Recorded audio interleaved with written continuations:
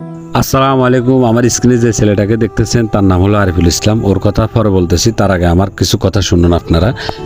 একটা সময় বিমানে ওঠা আমার জন্য স্বপ্ন ছিল, অবশেষে সেই স্বপ্নটা আমার পূরণ হলো। আমি দেশের 4 লক্ষ টাকা ঋণ করে প্রবাসে যাই। প্রবাসে যাওয়ার পরে সবচাইতে মজার বিষয় হলো কি জানেন? কাছের মানুষ। আসলে প্রবাসে না গেলে আমি বুঝতে পারতাম না যে আমার কাছের মানুষগুলো কীরকম।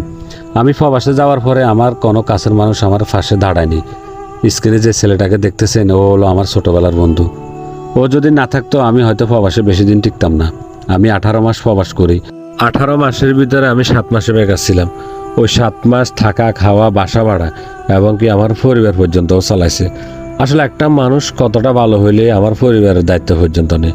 ওকে আমি শুধু বিদেশের মাটিতে না, দেশের মাটিতে অনেক জ্বালাইছি। ও আমার দেশের মাটিতে অনেক উপকার করছে। আসলে এরকম 1000টা বন্ধুর চাইতে একটা বন্ধু যথেষ্ট। ওর একটা ফুফাতো ভাই আছে জসিম ভাই আমার উপকার করছে মোটামুটি। আসলে ওকে আপনারা কম বেশি সবাই চিনেন, আমার এলাকার মানুষ যারা আছেন তারা জানেন ওর সম্বন্ধে। ও কিরকম ছেলে। ওর পরিবার অনেক ভালো মানুষ। ওর পরিবাররা সবসময় মানুষের উপকারে আসে, কখনো কারো ক্ষতি করে নাই। আসলে এরকম মানুষ পাওয়াটা ভাগ্যের ব্যাপার। আমি যদি জীবনে কখনো ওর উপকার করতে পারি, নিজেকে অনেক ধন্য মনে করব। ওর ঋণ আমি কখনো শোধ করতে পারবো না। 18 মাসের ভিতরে আমার কোনো আত্মীয় আসে না আমাকে খোঁজ খবর নেওয়ার জন্য। ও তো আমার বন্ধু না, ও আমার বাইর থেকে অনেক বেশি। ওর মতো বন্ধু থাকাটা ভাগ্যের ব্যাপার। আপনারা সবাই ওর জন্য দোয়া করবেন। আল্লাহ ওকে অনেক বড় করুক।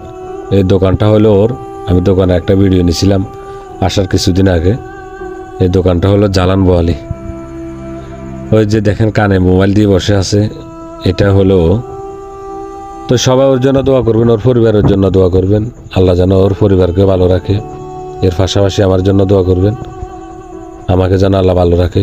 সবাইকে অসংখ্য ধন্যবাদ। আসসালামু আলাইকুম।